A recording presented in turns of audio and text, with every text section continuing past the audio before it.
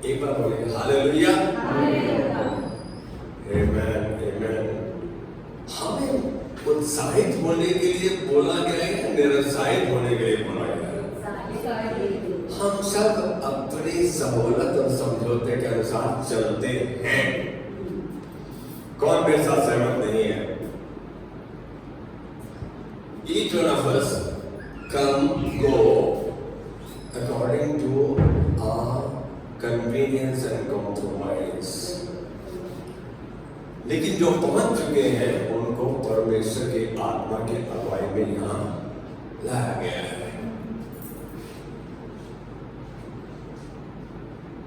सच में परमेश्वर हमसे क्या चाहता है? पिछली बार का संदेश में मुझको बताएगा क्या था? क्या मैं परमेश्वर के सम्मुख ग्रहण योग्य हूँ? क्या मैं परमेश्वर को ग्रहण योग्य हूँ? परमेश्वर को पाता हूँ? क्या मैं वो सब कुछ करने पाता हूँ जो परमेश्वर चाहता है? मैं तो वो कहता हूँ जो मुझे ठीक लगता है, जो मुझे।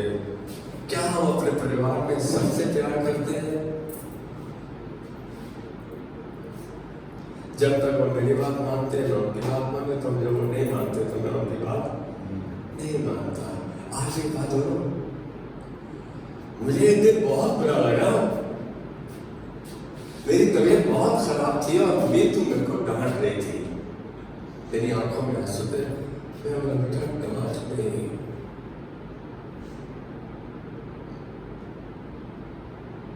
उसको क्या महसूस और क्या महसूस नहीं हुआ।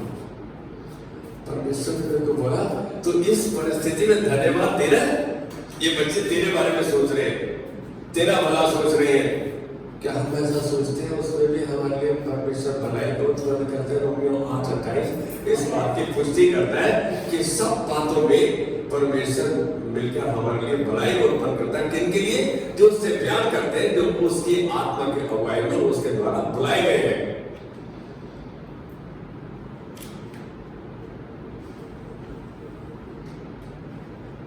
आज हमारा जीवन कैसा है? हम परमेश्वर को समर्पित हैं? आज का मेरा जीवन समर्पण भाव का जीवन है। समर्पण का अर्थ कौन जानता है? क्या आज मैं सरेंडर्ड लाइफ, समर्पित जीवन जी रहा हूं? आपको एक ही घर के दो बंदे दिखाएगा बाइबल से। दो बंदे जो दोनों का चरित्र अलग, दोनों का चलन अलग, दोनों का रवैया अलग, जबकि यीशु मसीह का चहेता परिवार था ये। कितनों ने लाजर का नाम सुना है? मरियम और मार्था का नाम सुना है? आप कौन है? लाजर है, मरियम है या मार्था है? हम सब मरियम से कम नहीं दर्शाने में, दिखने में, बताने में। लेकिन लाजर में एक चरित्र था। लाजर भी एक इन दोनों बहनों का भाई था। मार्था के पास अच्छा हृदय था सेवा करने का, आवभरण करने का। आ गया यीशु मसीह जब भी बैथनी में आता था, ये बैथनी का परिवार था, तो यीशु मसीह इनके आगे उठाता था। कहने वाले तो बहुत कुछ कहते हैं, यार ये यहाँ पर अगर क्यों ठहरता है। और लाजर की एक आदत थी, वो घर से बाहर निकल जाता था जब यीशु मसीह आता था। अब देखने वाले 10 बकवास करते थे, 10 बातें बोलते थे, लेकिन लाजर को इनकी परवाह नहीं थी। मैं अब उस परिस्थिति में आ रहा है, यदि कोई नोट करना चाहे तो वो यूहन्ना 11वां अध्याय 19 से 44 तक। यूहन्ना 11वां अध्याय 19 से 44 तक। आज नहीं कहूंगा पढ़ो, आज हम अपना संदेश समय पर खत्म करेंगे। छोटा संदेश है। सबको लाजर की स्टोरी पता है, मरियम मार्था के बारे में पता है। मैं उस सिचुएशन पर आ गया हूं, मार्था के भाई की मृत्यु के बाद, मार्था के भाई की मृत्यु के बाद जब उसे गाड़ दिया गया और यीशु ने उसे जीवित कर दिया, यीशु ने उसे जीवित कर दिया, तब तक तो मार्था का जो रवैया था वो कंप्लेन करने वाला था। मार्था का अपना स्वभाव था। मार्था को पूरा एहसास हो गया उस समय। क्या एहसास हो गया? मार्था ने क्या महसूस किया कि यीशु के असीमित सामर्थ्य के बारे में, यीशु की असीमित सामर्थ्य के बारे में मार्था को पूरा पता लग गया। अरे जो बंदा 3 दिन से कब्र में दफना दिया गया, उसको जिंदा कर दिया, कितनी बड़ी सामर्थ है यीशु के पास। वह जान गई थी कि वह ऐसा कुछ भी नहीं कर सकती जिससे वह उसका एहसान चुका सके यीशु का। वह ऐसा जान, वो एक चीज तो समझ गई थी कि मैं यीशु का एहसान कैसे चुका सकती हूँ। हद की बात है। फिर भी वो एक बात समझ गई थी। वो बात क्या थी? कि पूरे समर्पित भाव से कुछ भी करोगे, कुछ भी वो करेगी तो यीशु को ग्रहण योग्य है। पूरे हृदय से, पूरे स्वभाव से, पूरे रवैये से, पूरे चलन से। मार्था ने अपने जीवन में इससे पहले जब भी यीशु आया, उसने हमेशा कंप्लेन की कि यीशु तो इसको, मेरी बहन को बोलता क्यों नहीं? जब देखो तू आता है तो तेरे चरणों में बैठ जाती है। इसको पता नहीं कि मेरे पास कितना काम है। मैंने चिकन बनाया, मैंने रोटी बनाई, मैंने चावल बनाए, मैंने मीठा बनाया, सब कुछ बनाया और कहीं मेरा हाथ नहीं बढ़ा दे। यीशु मसीह ने उसे छोटी सी बात बोली है, मार्था तू व्यर्थ में ऐसा सोचती है, चिंता मत कर। वो चिंता करती थी ना, अरे क्या तुम्हारा, मैं ही घर में हूं, बस मैं ही सबकी सेवा करूं, मैं ही सबकी बात मानता हूं। मार्था उस परिस्थिति से निकलकर इस परिस्थिति में आ गई कि वो ये समझ चुकी थी कि यीशु के पास जो सामर्थ्य है वो असीमित है, वो बहुत ज्यादा है जिसका हम अंदाजा नहीं लगा सकते। और ये भी उसको एहसास हो गया था कि यदि तुम पूरे हृदय से, पूरे मन से, पूरी आत्मा से कुछ भी थोड़ा सा करोगे, वो प्रभु को ग्रहण योग्य है। इसका मतलब आपका रवैया, उसका रवैया था सेवा करने का, लेकिन आओ करेगा, लेकिन वो अकेले नहीं, बाकी भी मेरे साथ हो यार, बाकी तो कर रहे, मैं क्या करूं? आज एक बात हो, परमेश्वर ने वचन एक के लिए अलग अलग दिया है। क्या मैं उसके वचन को जान रहा हूं या मैं अपनी तुलना किसी के साथ कर रहा हूं?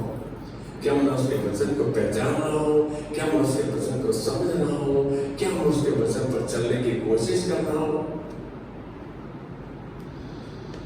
परमेश्वर आपको अपने दानों और वरदानों से उसकी प्रशंसा, उसकी स्तुति, उसकी आराधना, उसकी उपासना के लिए आमंत्रित करता है। आपके पास क्या है?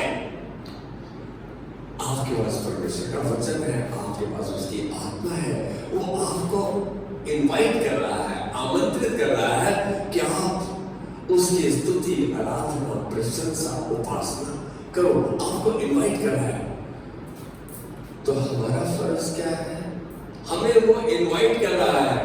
आप देखो यहाँ पे हद की बात है, लेकिन जब हम ठीक महसूस करते हैं तो हमारे हाथ होते होते हाथ को उठाओ। हाथ को उठाने का अर्थ क्या है? कोई समझाएगा मुझको?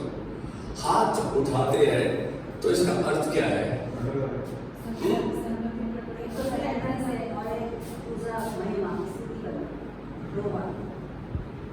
हाथ उठाने का अर्थ है कि मैं समर्पित करता हूँ अपने हाथ को।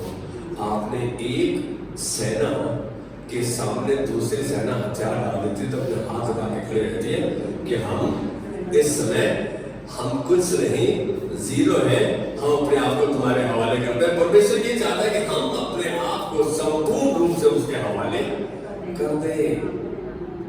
हद की बात है, आज कोई ऐसा शख्स नहीं जो अपने आप को हर परिस्थिति में संपूर्ण रूप से समर्पित रखे। हमारी सोसाइटी में एक परिवार है और उसका पापा नहीं है और मेरा बहुत अच्छा दोस्त था विनोद सैमुअल, और उसका बेटा है, उसकी माँ है। उसकी माँ का, मैं बता रहा हूँ कि हम भी पास्टर भी कभी कभी नकारात्मक रवैये में चला जाता है। उसकी माँ का फेवर बोन टूट गई, 71 साल की है। चलते चलते कमरे में कैसे गिर गई पता नहीं लगा। अब गिरी और गिरने के बाद उसकी परिस्थिति अलग। उसने किसको बुलाया, वो सीधा निकल गया, आया नहीं। भाई 71 साल की माँ है, उसका वजन भी अच्छा है, अकेला आदमी, तो उसका बेटा वैसे बहुत मोटा है, उठा नहीं पाएगा। एम्बुलेंस आई तो उसके ड्राइवर को होता है इसको हाथ लगा। माँ ऐसी पूरी तरीके से गिरी कि उसकी वाटी वही निकल गई, परेशानी बढ़ गई। हॉस्पिटल से आने के बाद मैक्स हॉस्पिटल से उसने मुझे फोन किया कि ऐसे ऐसे मार गिर गई। मैं देखता हूं कि मैं जब उसको, उसके बेटे को, वो एक्सिस बैंक का वाइस प्रेसिडेंट रहा है, टेलीफोन करता हूं तो न माँ ने उठाया न बेटे ने उठाया। मैं कम से कम 4-5 बार, कई बार ऐसा तो मेरे मन में पर बात आई, अरे तू जाता क्यों है? अरे जब तेरी बात सुन नहीं रहे, तेरे टेलीफोन का जवाब नहीं दे रहे, क्या आप जाओगे उसके पास? मैं पूछ रहा हूं, कोई आपके बाप का जवाब नहीं दे रहा, जाओगे? मैं उसके पापा के समय में आज बता रहा हूं, प्रभु मेरे को, उसके पापा के दोनों घुटनों का ऑपरेशन हुए और काफी दिन तक सूरज हॉस्पिटल में था। एक दिन मेरे को बोला, किसी एक दिन तो छुट्टी कर लिया कर, रोज आता है तो मेरे को मिलने के लिए, मेरे को देखने के लिए। कल मुझे ऐसा महसूस हो, मैं नहीं जाऊंगा, इनका टेलीफोन जब तक कॉल नहीं आता मैं नहीं जाऊंगा। मैंने गलती से कह रहा हूं, उसकी माँ को फोन में डाल दिया और उसने उठाया। मैं बोला, भागवती बहन, भागवती होगी, टेलीफोन उठा लिया कर। कह रहे नहीं तो मैं तो उठाती। मैं बोला, तेरे को किया था और उठाया नहीं, तेरे बेटे को किया उठाया नहीं, कोई बात नहीं, टेलीफोन उठा लिया, अच्छा लगता है। 6:15 ये बात हुई है, 5 बजे की, 6:15 उन्होंने कहा, तेरे में बाकी में क्या फर्क है? तेरे पास भी ऐसा चुनाव है क्या? तू भी ऐसा सोचता है? अरे जा। मैं उनको बिना बताए उनके घर की बेल बजाई। मुझे नहीं मालूम था उसकी बहन लड़के की, वो उड़ीसा में रहती है, वो आई हुई थी। हम कई बार असलियत को नहीं जान पाते।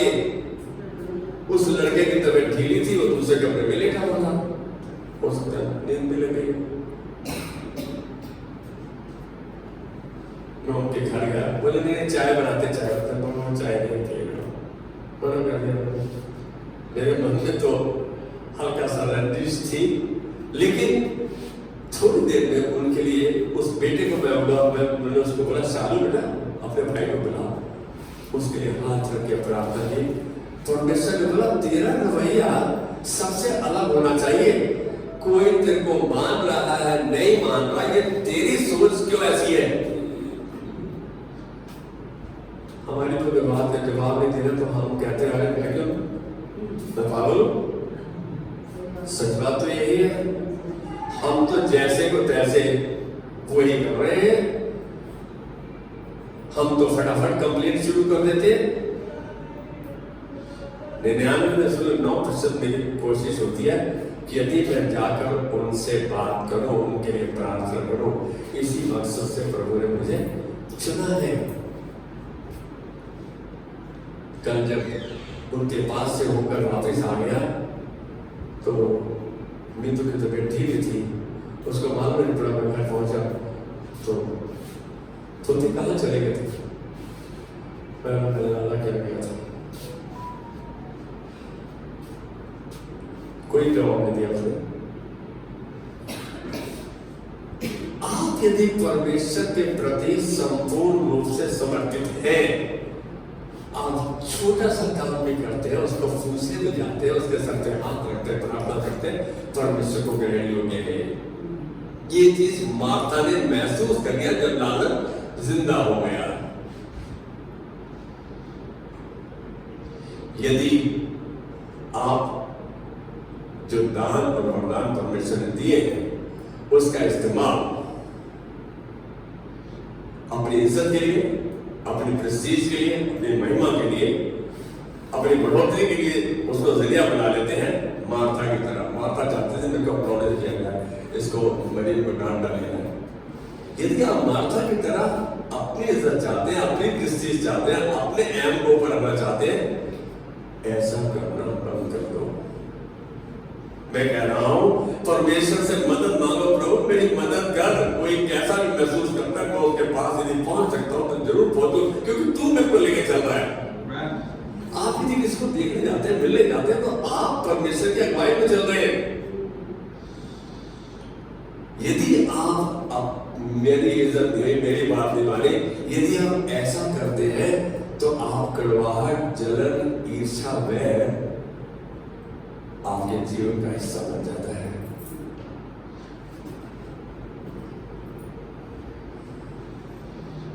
ये कड़वाहट, जलन, ईर्ष्या, वैर आपके काम का कारण बन जाते हैं। मेरी बात समझ रहे? आपकी भावना क्या थी उसका कारण बन जाते हैं। आपका चलन, आपका रवैया या तो यीशु की महिमा दर्शाएगा, दो ही चीजें दर्शाएगा, या फिर आपको आत्म केंद्रित सेल्फिश खुदगर्ज दिखाएगा जो अपनी महिमा चाहता है, या फिर अपनी पढ़ाई और अपने ऊपर केंद्रित रखेगा। आज जैसे आप अपने दानों का उपयोग करेंगे, अपनी गवाही यीशु के प्रति जैसे अपने दानों का इस्तेमाल करेंगे, आपकी टेस्टिमनी वैसे बन जाएगी। इसका मतलब आपकी गवाही बिल्कुल वैसी बन जाएगी। आप ये कहो कि परमेश्वर का कोई इस्तेमाल करता है, वो तो हमेशा इस्तेमाल करना चाहता है। वो हमेशा चाहता है कि आप उसके हाथ में अच्छे औजार की तरह बनो। दिख रहा है?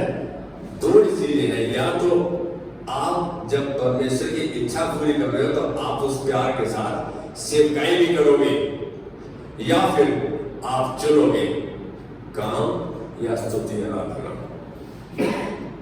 मैं अपने काम के द्वारा, मैं अपने पैसे के द्वारा, मैं अपनी सामर्थ्य के द्वारा उनको खुश करूं, या परमेश्वर की स्तुति आराधना। स्तुति आराधना का मतलब आपने समझा है?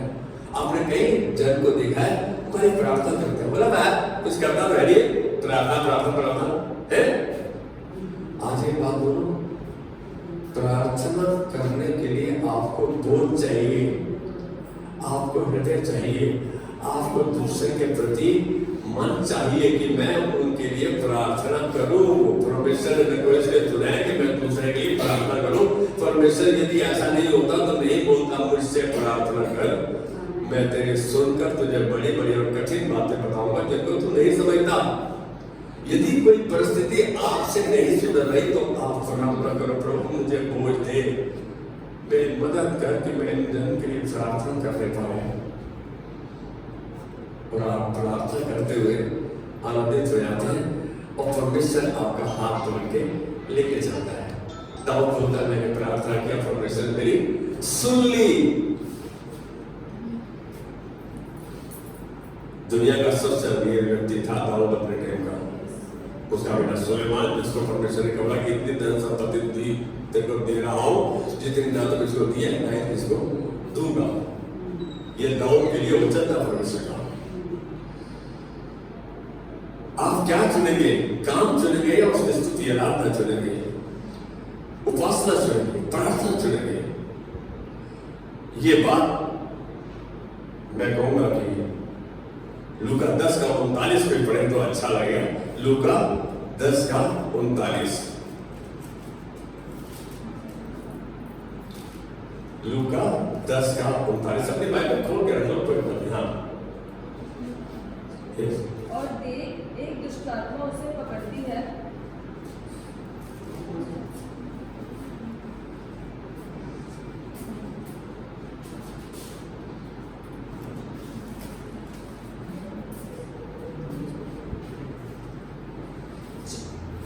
हाँ यस ब्रदर 10 का 39। और मरियम नाम उसकी एक बहन थी, वह प्रभु के पांव के पास बैठकर उसका वचन सुनती थी। अरे भाई हर बार जब मरियम जो बैठने की थी उसकी जीवन शैली को देखते हैं सुसमाचार के दर्शन से, हमने हमेशा उसे यीशु के चरणों में पाया। हमेशा उसने अपने आप को समर्पित कर दिया। जब भी यीशु आया उसके चरणों में बैठ गई। बहन तो कंप्लेन कर रही है, अरे प्रभु तो इसको समझाता है मुझे, मेरी मदद क्यों नहीं करी। मरियम में यीशु ने समर्पण वाला भाव भी देखा, उसकी आत्मा भी देखी, उसका हृदय भी देखा। मरियम जो थी समर्पित भी थी, ऐसा हृदय देखा, टूटा हुआ हृदय जो कि दूसरे के लिए, परमेश्वर की बात सुनने के लिए, जो परमेश्वर के प्रति और उसके वचन के प्रति प्रेम से भरा था। क्या आज आपके पास वचन के लिए प्यार है, प्रेम है? मैंने एक पिक्चर दर्शाई जिसमें मार्था दिख रही है, एक पिक्चर दर्शा रहा हूं मरियम की। एक ही परिवार की दोनों बहनें हैं, दोनों का चरित्र कितना अलग है। यीशु ने मरियम में समर्पण भाव की आत्मा देखी। मरियम ने हमेशा यीशु के वचनों और शब्दों को ग्रहण किया। जो कुछ यीशु ने कहा उसे फटाफट ले लिया, फटाफट उसको सुन लिया, सुन के ग्रहण कर लिया, नहीं निर्णय ले लिया कि मैं इसकी बात पर चलूंगी। जब यीशु ने अपनी मृत्यु और पुनरुत्थान के बारे में मरियम से बोला, मरियम से कहा, मरियम को बताया, मरियम ने उन शब्दों को नम्रता से अपने जीवन में ले लिया और अपनाना शुरू कर दिया, लागू कर लिया। क्या था ये? मरियम ने उन शब्दों को नम्रता से लिया। इसका हम्बल, उसने अपने आप को हम्बल कर लिया, नम्र कर लिया, दीन कर लिया कि प्रभु मैं तेरी बात को 100% ग्रहण करती हूं, मैं इसमें चलूंगी। और एक ही इच्छा दिखाई, दर्शाई कि वह प्रभु की सेवा करेगी। कौन? मरियम। उसके हृदय में एक ही बात है, जब मैं यीशु मेरे पास आएगा, मैं उसके सम्मुख आऊंगी, मैं उसकी सेवकाई करूंगी। सेवकाई का अर्थ बहुत शब्दों में कहा जा सकता है, लेकिन आज एक बात कहूंगा, यहां उसका उसके चरणों में होना ही एक बहुत बड़ा दृश्य था। यहां एक छोटी सी स्टोरी सुना रहा हूं बाइबल से, एलिया की। एलिया कौन था? भविष्यवक्ता था। एलिशा ने एलिजा बहुत बड़ा भविष्यवक्ता था। एक टाइम में एक औरत ने एलिया को धमका दिया, कल शाम तक देख मैं तेरा क्या करती हूं। एलिया भाग गया, सुरंग में जाके छुप गया। ये मरवा दे मेरे को, ये औरत के बारे में मैंने बहुत सुना है। एलिया वो भविष्य होता था जिसको प्रभु ने बहुत सामर्थ्य रूप से इस्तेमाल किया। एलिया तो घबरा गया, आप और हम बिल्कुल एलिया से बढ़कर है, मैं कहूंगा। अब कौन महसूस करता है कि आप एलिया से बढ़कर है? कोई महसूस नहीं करता। एलिया इतना दबंग था कि राजा के पास सीरिया का जनरल पहुंचा, जिसकी आर्थिक लड़ाई मोल लेने की, झगड़ा मोल लेने की उसने राजा ने अपने कपड़े फाड़ लिए कि तुम युद्ध करने और वो कभी युद्ध हारा नहीं। एलिया को मालूम पड़ा, एलिया के पास बात पहुंची। एलिया राजा को बोला इसको मेरे पास भेज दे, इसको मेरे पास भेज दे। एलिया ने जब उस औरत ने उसको डांटा, बहुत परिस्थितियों को परमेश्वर ने इस्तेमाल किया, लेकिन परमेश्वर उसके हृदय को देख रहा था, तो एलिया छुप गया। यहां मान बोल रहे मेरे को, और प्रभु से कहने लगा, प्रभु मेरे को मार दे, अब मैं जीना नहीं चाहता, मेरे को मार दे, मैं खत्म कर दे मेरे को, मैं जीना नहीं चाहता। मैं ही तो एक प्रार्थना करने वाला भविष्यवक्ता बचा था। एलिया ने ऐसा कहा, उसको लगा मैं भविष्यवक्ता बचा हूं। परमेश्वर ने उसको डांटा और क्या कहा, तेरे ऐसे 7,000 अंडरग्राउंड जो मतलब भूमि के नीचे ऐसे हॉल है जहां वो लगातार प्रार्थना करते हैं। उसको ये बता दिया, अपने आप का घमंड मत कर, तू भविष्यवक्ता है। तेरे ऐसे 7,000 लगातार प्रार्थना में लगे रहते हैं। आज हम भी कहीं ना कहीं एलिया के चरित्र को प्रदर्शित करते हैं, दर्शाते हैं, दिखाते हैं कि मैं बहुत प्रार्थना करता हूँ। और भाई बहन, हमारे माँ बाप जब कोई बात नहीं मानते तो हमें कैसा लगता है? गुस्सा आता है, थोड़ा सा हल्का सा ऐसा लगता है। नहीं, आज एक बात बोलो, सच में सफल होना चाहते हो, सच में आशीष का स्रोत बनना चाहते हो, सच में वो औजार बनना चाहते हो जो प्रभु ने, जिस मकसद से प्रभु ने आपको रचा है, तो अपने आप को समर्पित, बिल्कुल मरियम जैसा समर्पण भाव का मनुष्य बना लो। समर्पित, संपूर्ण रूप से, फुल्ली डिवोटेड, सरेंडर्ड, कि वो खाली परमेश्वर की इच्छा पूरी करने के लिए ही रची गई थी। यार हम हैरान हो जाते हैं, मरियम में यीशु ने समर्पण भाव द्वारा हृदय पाया जो परमेश्वर के प्रति, उसके वचन के प्रति प्रेम से भरा था। हम जिससे प्यार करते हैं उसके हर बात मानना चाहते हैं, उसको खुश करना चाहते हैं। उसका हृदय परमेश्वर के वचन के प्रति, उसके प्रति पूरा प्रेम से भरा हुआ था। प्रेम उमड़ता था उसके हृदय से, उसके मुंह से। मरियम ने हमेशा यीशु के वचनों और शब्दों को ग्रहण किया। अब यहाँ कह रहा हूं, जब यीशु ने अपने मृत्यु के बारे में और पुनरुत्थान के बारे में बात की, तो उसने उसके वचन को ग्रहण कर लिया और नम्रता से उसके वचनों को अपने जीवन में की लागू कर लिया। यहां हम देख रहे हैं उसके रवैये ने, उसके रवैये के कारण, उसके जीवन के कारण, उस यीशु ने उसे आत्मा से भरी हुई स्त्री कहा, बताया कि आत्मा से भरी है। आज आत्मा क्या है? आत्मा परमेश्वर का वचन है। हम उसके वचन से भरे हुए हैं। कितना हमें जिज्ञासा है, इच्छा है, हमारे हृदय की इच्छा है कि मैं परमेश्वर के वचन को जानूं, समझूं। आप भी ऐसी खूबी चरित्र के, आप भी ऐसी इच्छा कर सकते हैं। आपको परमेश्वर से नजदीकी संबंध स्थापित करने में वो आपकी मदद करेगा जब आप ऐसी इच्छा रखते हो, जब आप उसके वचन से प्यार करते हो, उसकी हर बात को मानना चाहते हो, उसकी हर बात पर चलन करना चाहते हो। आप जब परमेश्वर के वचन को गहराई से जानते हो तो आप उसके साथ नजदीकी संबंध स्थापित कर रहे हो। आपका रिश्ता उसके साथ है। यदि परमेश्वर की मैं नजदीकी में हूं तो क्या मुझे कुछ मांगने की जरूरत है? सब कुछ उसका है, सब कुछ उसी के पास से आता है। वो मेरी हर जरूरत को जानता है। आप उसके खास हो जाओगे जब आप उसकी नजदीकी में बढ़ते जाओगे, जब आप उसकी नजदीकी में आने की चेष्टा करोगे, कोशिश करोगे, आप उसके खास हो जाओगे। इसका मतलब आप उसके इतने नजदीक हो जाओगे कि आपने मुख से निकाला भी नहीं और परमेश्वर ने आपकी सुन ली।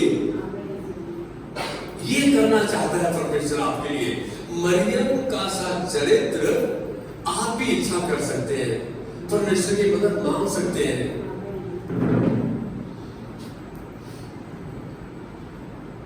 यहां साफ दिख रहा है, परमेश्वर से धन्यवाद के साथ यह विनती करो कि वह आपको दर्शाए कि ऐसी कौन सी चीज है जो आपको परमेश्वर की नजदीकी बनाने से रोकती है, बाधा डालती है, आपके लिए रुकावट बनती है। ये विनती करो, तो ऐसी कौन सी चीजें हैं मुझे नहीं दिख रहा, मुझे दर्शा। जब हम परमेश्वर से पूछते हैं, प्रार्थना करते हैं, तो ऐसी बात उसके हृदय की बात है, वो अपनी इच्छा को हम पर दर्शाता है। पवित्र आत्मा से आग्रह करे, आपको उसके वचनों के प्रति गहरा प्यार दे। ये प्रार्थना करो। दाऊद देने वाला व्यक्ति था, लेकिन उसने 29:14 पढ़ रही थी, पहला इतिहास का। आशु, प्रभु मैं क्या हूं, मेरी प्रजा क्या है कि हमको अपनी इच्छा से किसी रीति से तुझको भेंट देने की शक्ति मिले। शक्ति देने के लिए ये भी परमेश्वर की ओर से आती है। सबसे मुश्किल काम क्या है? जेब से निकाल के कुछ देना। मेरे पास समय है, आप परमेश्वर से कह सकते हैं कि उसके वचन के प्रति आपको गहरा प्यार दे। इसी का मरियम आनंद उठाती थी, उसके पास प्यार से भरा हृदय था, परमेश्वर की आज्ञा मानने का, इसी का आनंद उठाती थी। मरियम कितनी खुश हो जाती थी जब यीशु आ जाता था। आज यीशु आपके पास है, उसके वचन के द्वारा, उसके लहू के द्वारा, उसके सामर्थ के द्वारा, उसकी उपस्थिति के द्वारा। मरियम इसका आनंद, मरियम इसकी इस बात की मौज करती थी कि यीशु उसके सबसे नजदीक है। जो वचन वो बोलता था वह सुनती थी। यह वचन आपके लिए भी शांति और आनंद का कारण बन जाता है, आत्मा का स्रोत बन जाता है। यही वचन यीशु ने यूहन्ना 6:3 में कहा, जो बातें मैं तुमसे कहता हूँ, जो वचन मैं तुमसे बोलता हूँ, ये आत्मा है। हम समझते हैं आत्मा हो गया, आप कांपने लगोगे, आप कुछ करने लगोगे। अरे उसके वचन आप जानना जरूरी है। इस बात को आप उसके शांति, आनंद और आत्मा के स्रोत बन जाओगे, वो झरने बन जाओगे, वो कारण बन जाओगे जिस मकसद से परमेश्वर ने आपको चुना है। आप उसके नजदीकी को महसूस करोगे। अभी तक किसी ने आमीन नहीं कहा। हम इस बात से एग्री करें कि परमेश्वर की नजदीकी केवल उसके वचन, जो उसका आत्मा है, उसकी आज्ञा मानना, उसके हृदय को जानना, उस पर चलने के द्वारा आती है। इसका सिद्धांत क्या है? परमेश्वर का एक सिद्धांत, यहां मैं एक बात कहूंगा, आप परमेश्वर की नजदीकी, यदि आपकी प्राथमिकता है परमेश्वर की नजदीकी, उसके वचन की नजदीकी आपके लिए प्राथमिकता है, वो आपके जीवन के इम्पैक्ट को, असर को निर्धारित करता है। मेरी बात समझ रहे हैं? your nearness, your closeness to the word of God, to the God, determines the impact of your life. आपके जीवन का असर क्या है? That determines not how much I have and what I have and whom I know and who are the people known to me. No. हम सबको शांति चाहिए, शांति चाहिए। Oneness with God is the fruit of His Spirit. मेरी बात समझ रहे हैं? परमेश्वर शांति उसके साथ नजदीकीपन का फल है। क्या आप इस बात को समझ रहे हैं? आज चुनाव मैंने करना है कि मैं मरियम की तरह अपने आप को हर बात में संपूर्ण रूप से समर्पित करूं। जो से प्रार्थना करते, प्रभु आज जो जन नहीं आ पाए, जिन्होंने तुझको प्राथमिकता दी है, यदि तेरा दास जो असलियत को नहीं जानता उनकी परिस्थिति क्या है, लेकिन आज तेरा दास अपने संपूर्ण हृदय से उनको तेरे हाथ में देते हुए धन्यवाद की भेंट चढ़ाता है। हम सब अपने आप को समर्पित करते हैं, तो इससे वादा करते हैं प्रभु हम तेरा कहा सुनेंगे, पढ़ेंगे, जानेंगे और उस पर चलेंगे। ऐसा करने के द्वारा हम तेरे नजदीकी में आते हैं, जो हमें शांति भी देता है और हमें आशीष का स्रोत बना देता है। हम अपने इस बड़े परिवार में तेरी महिमा को देखते हैं, यीशु मसीह के नाम में। क्या भी हम से आमीन। और मेरे पिता का प्रेम भी यीशु मसीह का अनुग्रह और पवित्र आत्मा की सहभागिता जो उसने हमारे अंदर छोड़ी है, अनंत काल तक हमारे साथ बनी रहे। Can we say amen? Amen. God bless you. Have a wonderful day. Yes, we're प्रार्थना करते हैं।